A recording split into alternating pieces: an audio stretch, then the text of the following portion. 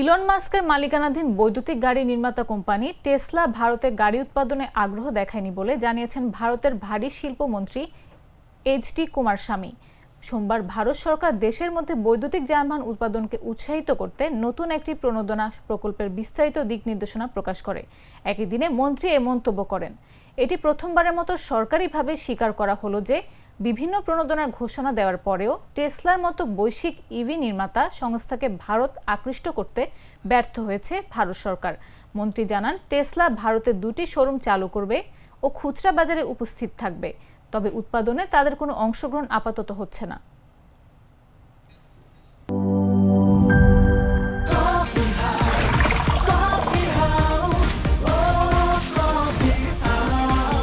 Coffee house, প্রতি চুমুকে আড্ডা জমে।